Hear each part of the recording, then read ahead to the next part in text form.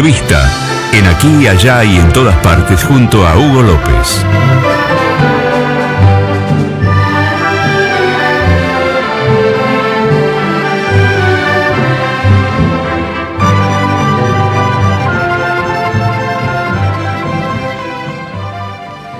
Ayer hacíamos una nota referida, una de las tantas notas que hacemos, al tema alquileres, que verdaderamente en este país es un problema grande, a pesar de las leyes, todos los intentos, sigue siendo un problema. Bueno, hay intermediarios que complican mucho el tema. Y lo mejor me parece que en esto es hablar con los entendidos, quienes se ocupan del tema, para saber ante qué circunstancias se encuentran los inquilinos. Los propios inquilinos, no las circunstancias de alquilar, sino circunstancias en estos vaivenes que hay de tipo legales, todas estas cuestiones. Quien se ocupa de este tema en el esquema defensa al consumidor es el doctor Walter Gómez. Ya está en línea el doctor Gómez. Buen día, Walter. Buenos días, Hugo, y buenos días a toda tu audiencia. Bueno, Walter, yo digo que este tema de los alquileres es un problema muy serio, que me parece que no encuentra su destino, que siempre hay algo nuevo que nace. Bueno, estamos ante un grupo de poder grande, que es el grupo de los propietarios, pero de unos intermediarios que son los operadores inmobiliarios, que en algunos casos son muy buenos, gente honorable, pero que en otros casos recurren a cuestiones, vamos a decirlo así, a recursos que no están encuadrados dentro de lo legal, ¿no? Lo que pasa es que en nuestra historia el contrato de alquiler ha sido un contrato sensible porque hace a la vivienda de las personas. Entonces, no se podía dejar librado simplemente a la libertad absoluta de contratación, a la autonomía de la voluntad en términos jurídicos, donde lo que ocurría era que aquel que tenía más poder imponía totalmente las cláusulas del contrato. Esto se dio hasta que aparecieron las primeras leyes de intervención del Estado, allá por la época de Irigoyen. Mire usted todo lo que hubo que esperar. Y en la época de Irigoyen, esa intervención fue validada por la Corte, pero temporalmente, tal es así que cuando cambia la política, cuando gana las elecciones Alvear, se declaran que esas leyes ya no tenían vigencia y hubo que esperar recién otro gobierno popular para que las leyes de emergencia en materia de alquileres, en materia de locación, en materia de vivienda de la familia, tuviera algún tipo de regulación del Estado que fuera más allá de lo que decía el Código Civil.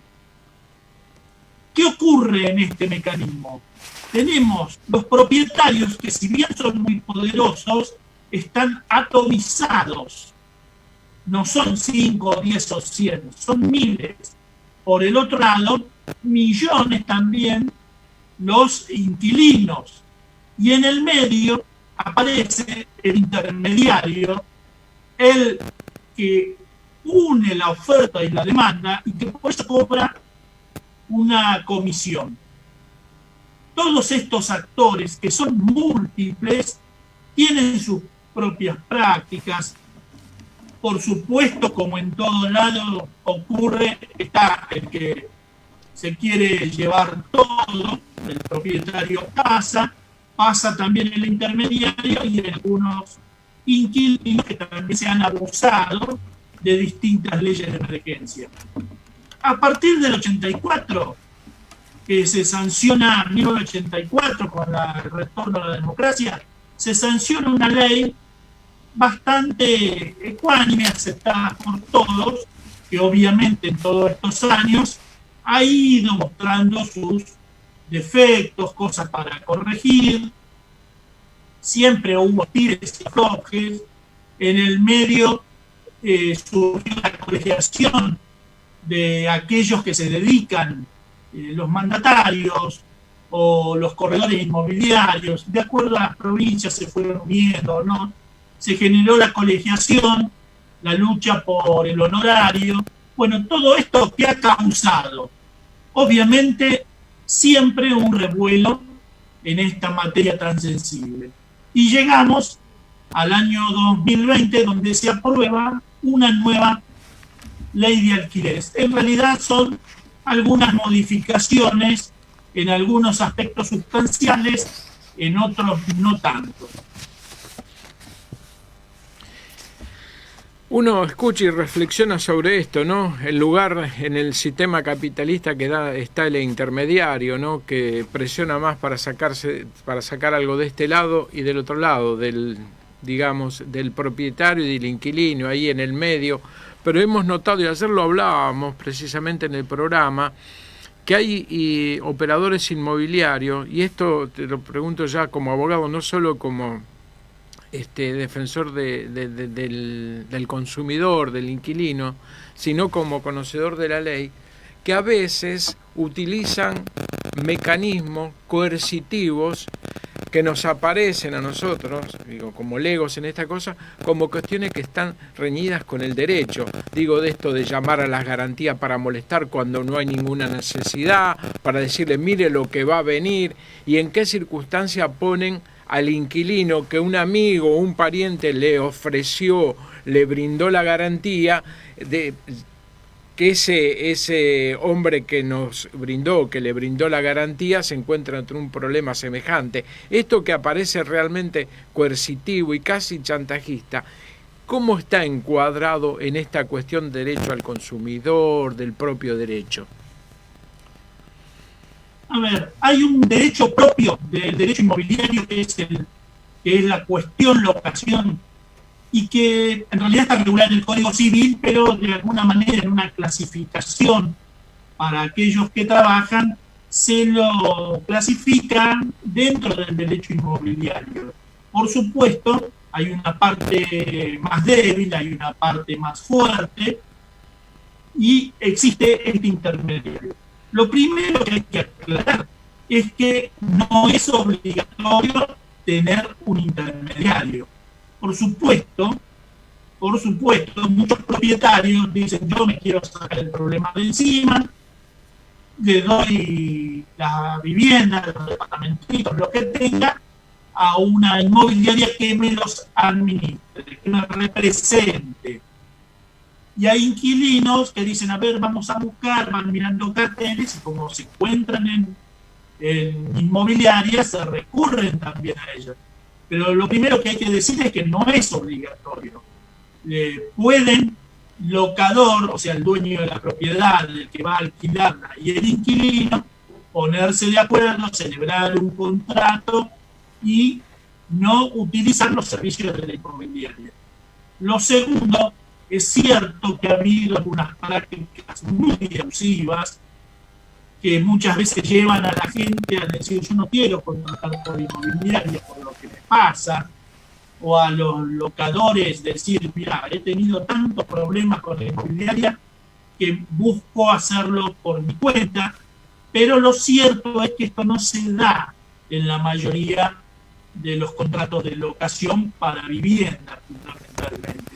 Entonces, hubo que llegar después de muchas discusiones, a esta ley que sí se mete de lleno en el tema de las garantías. Esta ley se mete de lleno en el tema garantías, en el tema el cobro inicial, cuánto dinero debe poner uno para poder acceder, contratar, fundamentalmente en esos dos temas, en las cuestiones impositivas y en las cuestiones de mejoras. 4 temas muy conflictivos entre locadores e inquilinos. El de las garantías ya no es como era antes del 1 de julio de 2020. Ya no es así. Ya el proyecto original del diputado Nicomeski de Cambiemos, porque es el autor de este proyecto original, fue unido a otro proyecto de diputados, y fue muy corregido, directamente eliminaba las garantías. Walter, vos sabés que hay momentos que la grabación se te escucha perfecto, pero hay otro momento es como que hay una descarga. Tu conexión en internet, ahí cómo está el tema del audio. Porque o sea, hay momentos que se escucha perfecto, pero parece... A ver... Genial. Y acá estamos en un monopolio, hay una sola pescadora. Bueno, sí, me imaginaba que se lo estaba preguntando a alguien que conoce el tema. Puede ser, bueno, lo vamos a hacer así, se escucha, pero por ahí como, bueno, la imagen viene todo tan bien, por ahí no se escucha. Sigamos con este tema, por favor. ¿Qué es lo que ocurre cuando hablamos de las garantías entonces? Al modificar la ley, realmente le da una posibilidad al inquilino de ser menos presionables, tener menos exigencias. Esto ha sido criticado por algunos diciendo que el mercado se iba a retraer. ¿Qué significa esto? Sí, corren con eso, que van a sacar... que iban a sacar las viviendas del mercado, todas estas cuestiones, no va a haber vivienda en el mercado, ¿qué van a hacer? ¿Se van a comer los ladrillos? Dice, no, lo van a vender. ¿Y dónde van a poner la plata para que le dé un interés semejante al que podrían cobrar con un alquiler? Cuando el mundo son negativas las tasas a nivel mundial. Digo, toda esta mentira que habría que decirla, ¿no? El ladrillo lo tiene siempre y conserva su valor permanente. Aparte le da una renta que es, a ver, ¿qué otra renta van a conseguir? Salir a timbear al mercado del dólar, bueno, está bien, con su riesgo, digo, no es el mismo riesgo que podría tener una vivienda alquilada, digo, todas estas mentiras, todo esto que van, este lobby que han hecho ayer, escuchaba cosas espantosas, que van a sacar, que no va a haber más vivienda para alquilar, todos esos cuentos chinos que a la gente, al que alquila realmente lo asusta, ¿no? Claro, lo asusta y lo pone en una situación más vulnerable por eso. Y lo que ocurre es que con la nueva ley al partir del 1 de julio hay algunos que todavía siguen con algunas prácticas del anterior. Ya hemos tenido algunas consultas, no solo aquí de la región, sino de distintas partes del país. ¿Esto es unánime? Algunas que tuve. ¿Esto se está diseminado por todo el país, estas cuestiones, estos problemas?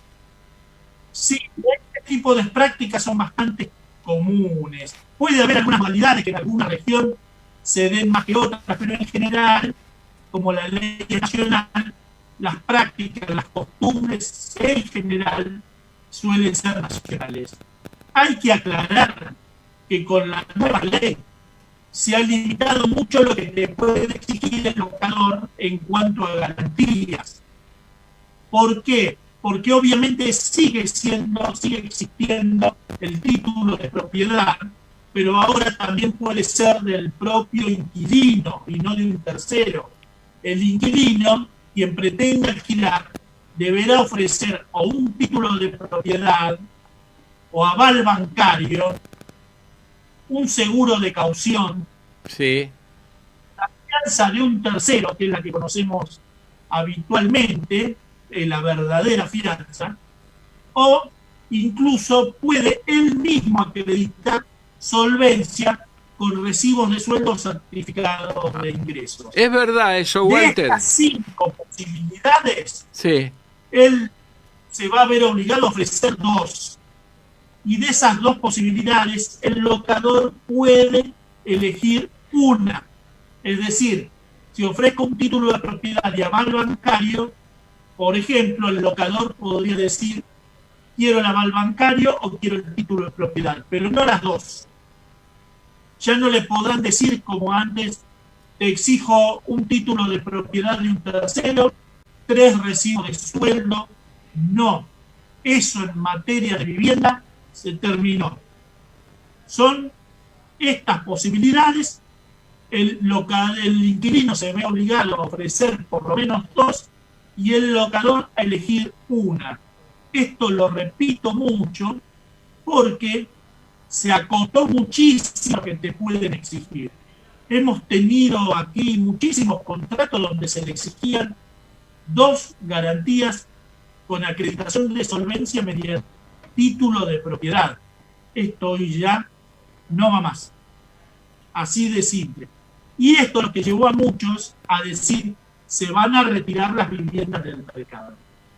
Realmente, cada vez que se amaga con una ley, pasa esto. Hay una detracción que es temporal y que después se estabiliza, porque como bien decís, aquel que tiene la propiedad, que invirtió para alquilar, va a terminar alquilando, tomando su resguardo, tal vez tratando de elegir una inmobiliaria mejor o haciéndolo él mismo para asegurarse a quien le alquila.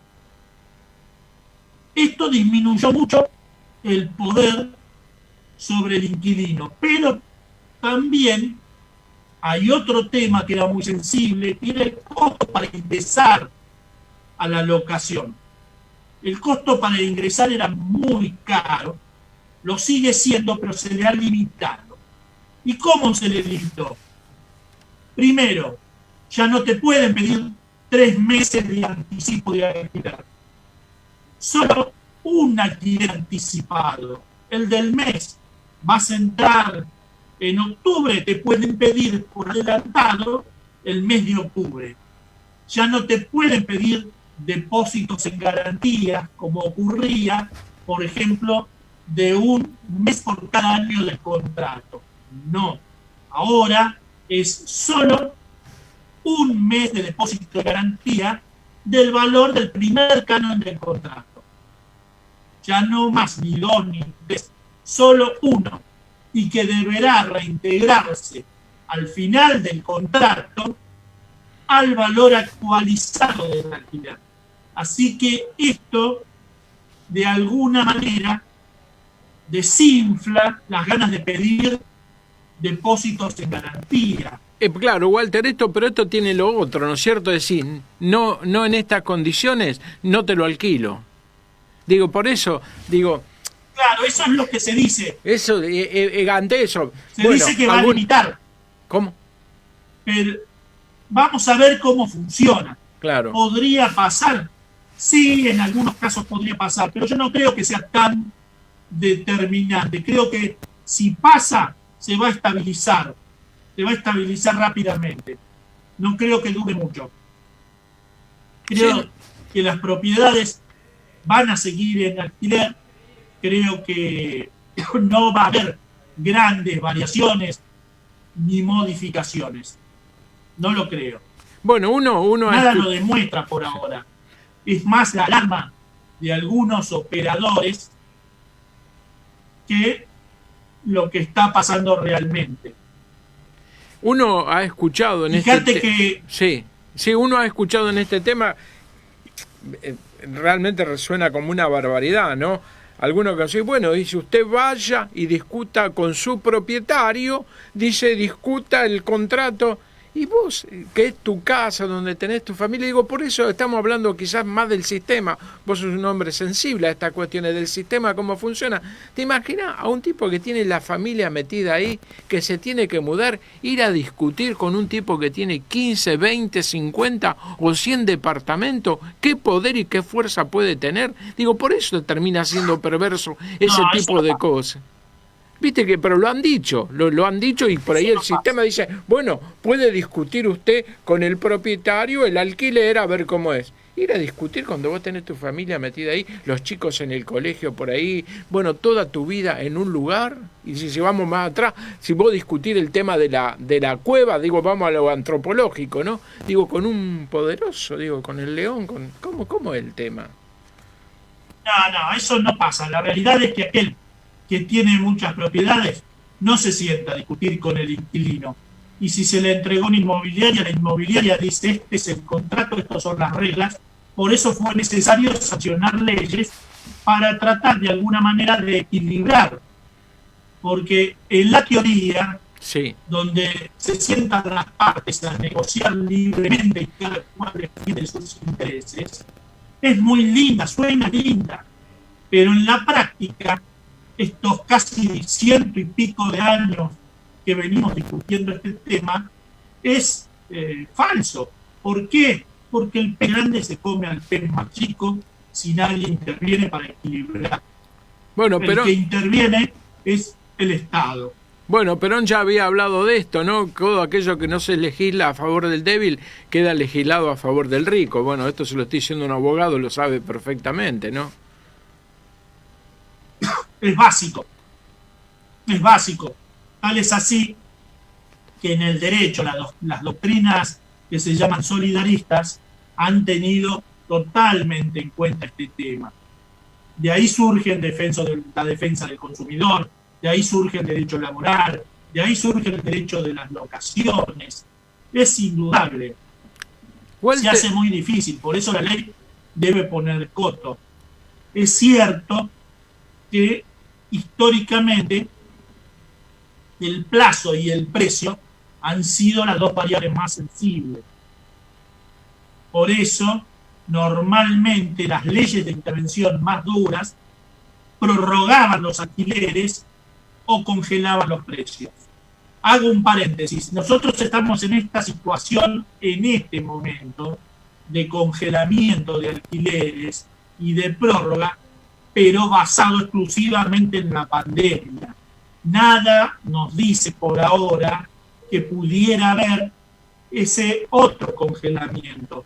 Se habla hasta el 31 de enero y ya terminaría si la pandemia afloja, para evitar que la gente ande bollando buscando propiedades o que se disparen los alquileres y que impidan, y además la gente encerrada, y que impidan negociar correctamente. Por eso estamos en esta situación. Esta ley va mucho más allá, pretende legislar situaciones normales, habituales y durante años. Veremos después si requiere o no modificaciones. Probablemente sí, como toda obra humana, ¿no? Y más en materia de derecho. La cuestión del plazo y el precio son muy sensibles, porque aquí hemos tenido el abuso donde se hacía un contrato antes, hace muchos años, en la época que llevó Irigoyen a dictar las leyes, ¿y qué pasaba? Venía una persona, alquilaba, y se ponía en el contrato que el propietario o el locador podía dar por terminado el contrato en cualquier momento. Entonces te pedía 10 pesos. Vos entrabas, alquilabas la casita. Mañana aparecía uno que le ofrecía 12 y te decía, te vas. Por eso fue necesario regular los plazos, porque si no hay un abuso. Y con el precio ocurre lo mismo. Ocurre que con el precio te iban modificando el precio. Mirá que tengo uno que me va a pagar 14, así que pagame 14 vos también si no te he dicho. Luego, los problemas inflacionarios también trajeron sus cuestiones en materia de locación. Por eso no es tan fácil hablar de sentarnos libremente a pactar. Obviamente hubo toda una evolución que llevó a todo el mundo a estar bastante prevenido sobre lo que tiene que hacer para proteger sus intereses. Ahora bien, el inquilino, por más que conozca sus intereses, por más que los quiera defender, a veces no puede. Por eso se le hace necesario que el Estado intervenga. Esta ley podría haber sido mejor y sí, uno cuando la analiza encuentra varias cuestiones que habría que revisar. Pero entiendo que después de 4 años de discusión es lo que se pudo sacar. También es cierto que aquí se produjeron 2 reformas muy seguidas. Hay que tener en cuenta que la ley de 1984 estuvo vigente hasta el 2015, que se sancionó el nuevo Código Civil, y en el 2016 ya se propusieron estas modificaciones que terminaron siendo aprobadas en el 2020. Es un tema de permanente debate, de permanente discusión. ¿Qué fue lo que se modificó? El plazo mínimo para que no pase esto que vos contabas, que tiene que ver con que la persona contrata, hace el esfuerzo, paga la comisión inmobiliaria, el mes del depósito, si definiera, y el alquiler anticipado ingresa a una vivienda y a los 2 años ya se tiene que ir. Por eso se modificó y se amplió el plazo a 3 años. Bueno, Walter, También se permitime, amplió para lo comercial, ¿no? permitime este tema de 3 años de la mínimo. crítica, ¿no? Viste que uno escucha y dice, 3 años, ¿le parece mucho que una persona permanezca 3 años en la propiedad? Con 2 está bien, cada 2 años se tiene que mudar. Viste qué sensibilidad social que tienen muchos, propietarios o gente que está dentro del sistema, ¿no? Le pareció mucho una exageración 3 años, o sea, cada 2 años te tenés que mudar. Dice, eso le parecía bien, y si era posible como era antes, a 1 año y medio. O 3 meses, digo, porque realmente el apetito de este salvajismo, de este liberalismo salvaje, no repara absolutamente nada más que sino que en la víscera más sensible, en el bolsillo. 1 año y medio, después a 2, ya 3 le pareció una barbaridad. Cuando acá muchos interlocutores que hablan del tema de los alquileres, en Europa hay plazos mucho más extensos que este, ¿no? Cuando hablan del primer mundo, porque te hablan del primer mundo. Es muy difícil lograr un plazo más extenso. La ley lo permite, el Código Civil lo permite, que habla hasta de 20 años. Sin embargo, 20 años para las locaciones de vivienda, 50 para las otras, las comerciales, las profesionales. Pero lo cierto es que, en general, y esto mucho tiene que ver la práctica de la inmobiliaria, ha llevado a que los contratos sean de 3 años, 2 años, 3 años. Esa es la discusión. El Código Civil lo había fijado en 2 años, como lo traía la Ley 23091 de 1984. Ahora, creo que esto sí es un paso adelante para el inquilino. Se llevó a 3 años y además limitando, coartando la posibilidad de que se le pida por cada año del contrato 1 mes de depósito previo. Creo que esas 2 cosas son francamente favorables, porque ahora solamente se le puede pedir 1 mes de depósito y el contrato se extiende en el tiempo a 3 años mínimo, por lo cual eso sí es una notable ventaja para el inquilino, y yo no creo que sea tan perjudicial para el locador si se hacen las cosas bien, si las pautas de aumento son razonables, si se cuida la propiedad por parte de los dos, sí, en lo que a cada uno le corresponde, porque al fin y al cabo tiene un inquilino que le va a pagar todos los meses. Si no le pagan, esto es la excepción, si no le pagan, bueno, tiene los mecanismos para recuperar el dinero y para desalojarlo en su caso, ¿no? Walter, lo último, ya, a ver si en todo caso creo que no vamos a agotar otro, vamos a hacer otra salida, bueno, abusando de tu generosidad, ¿no?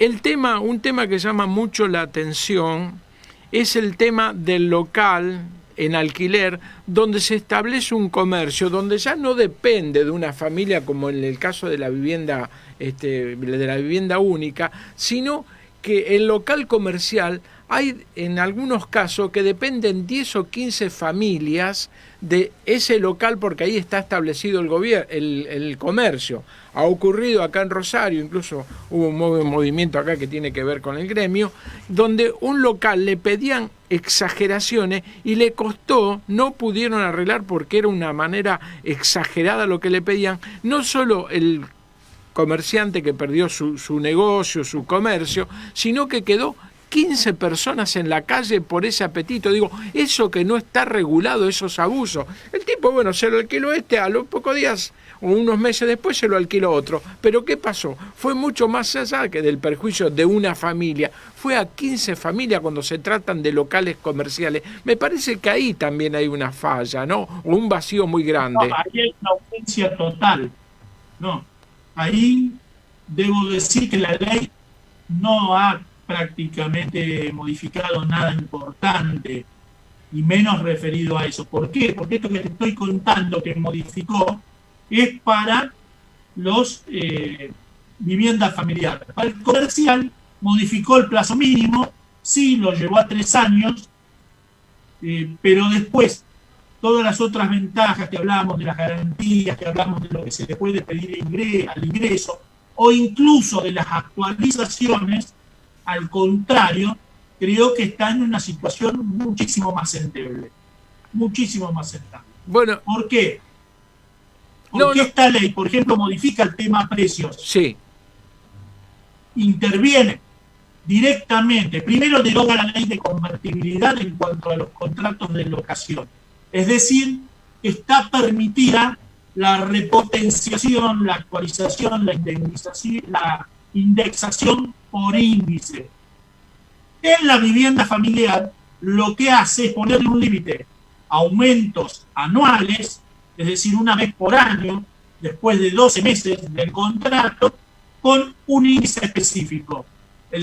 La mixtura entre el índice de precios al consumidor y el del promedio de los salarios de los trabajadores estables, el aumento. Pero en materia comercial no. Es decir, que se podría pactar una actualización por costo de vida mensual inclusive. Materia comercial en esto está complicado. O los alquileres escalonados. En materia comercial no se tocó esta situación y se derogó la ley de convertibilidad, que era la que impedía la actualización, la repotenciación, la indexación. Así que la situación es más complicada.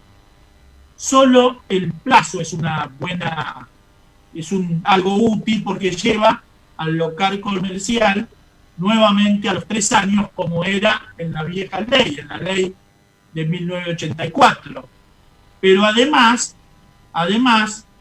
en materia comercial, aparece el conflicto en los dos extremos.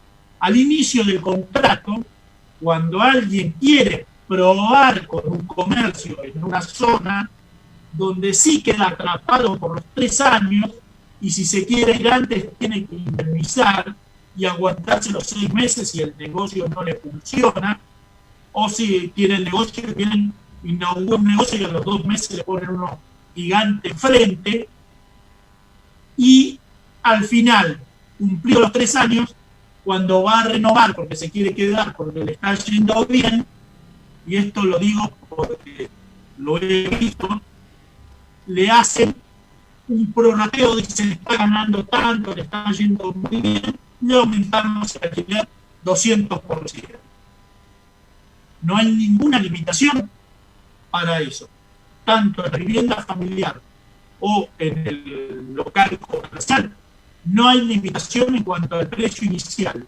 Hay los aumentos en la vivienda familiar.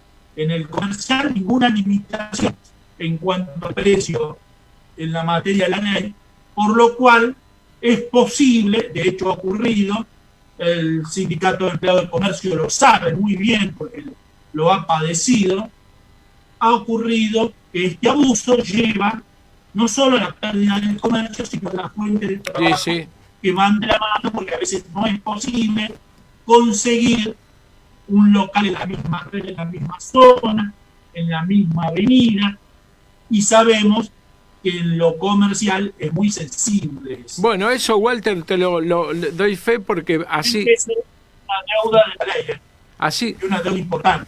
Así ocurrió, bueno, lo digo porque fue un hecho que pasó acá, esto ocurrió con Sibals, que era que la disquería, la tuvieron cerrado no sé cuánto tiempo, era solamente, no le importaba, un propietario con mucho, pero quedaron como 10 o 15 familias. Yo lo conozco por el otro lado, por el lado de los discos, que uno va por esta cuestión, lo conozco el tema por otro lado. ¿Cuánta gente quedó en la calle y todo librado de que...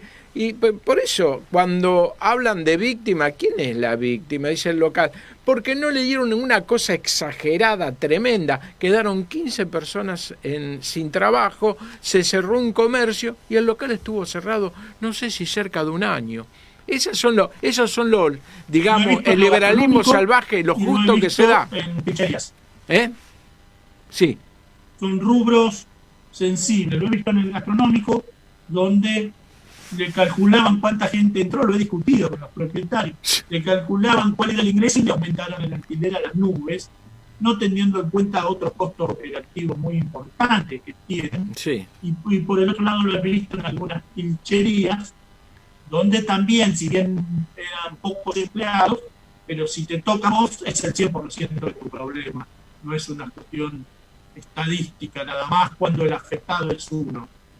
Así que creo que la ley hay que dejarla andar, hay que estar atento a las violaciones, hay gente pensando cómo violarla, ya hemos tenido consultas donde hemos tenido que plantearle, no podés firmar eso, no lo hagas, planteos de hacer contratos por esto de los 3 años que vos decías, contratos temporales, con la promesa de ampliarlos si va todo bien, pero contrato de 3 meses, que no está legislado por esta ley, que sería turístico. Mire, eso es un fraude a la ley.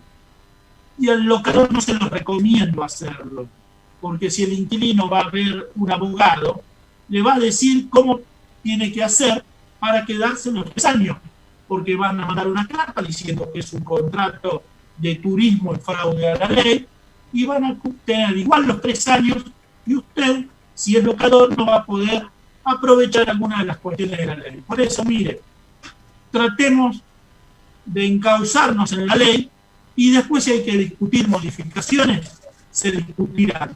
Pero lo fundamental es que empecemos a ser al menos respetuosos de lo que tenemos, que no es mucho, pero lo tenemos.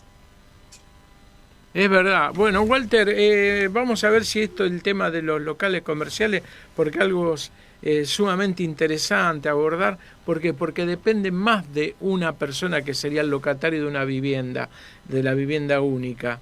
Es el trabajo. Contá con nosotros, como siempre. Bueno, Walter, gracias por todo, un abrazo grande, muchas gracias.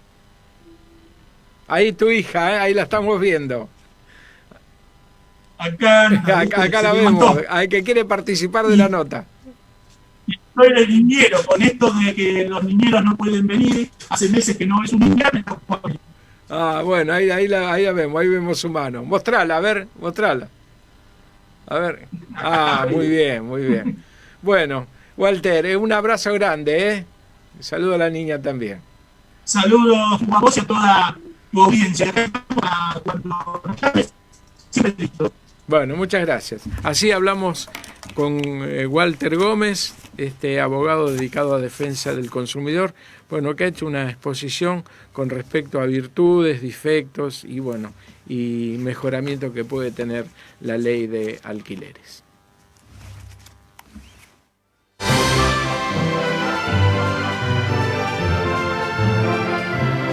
Entrevista en Aquí, Allá y en Todas Partes junto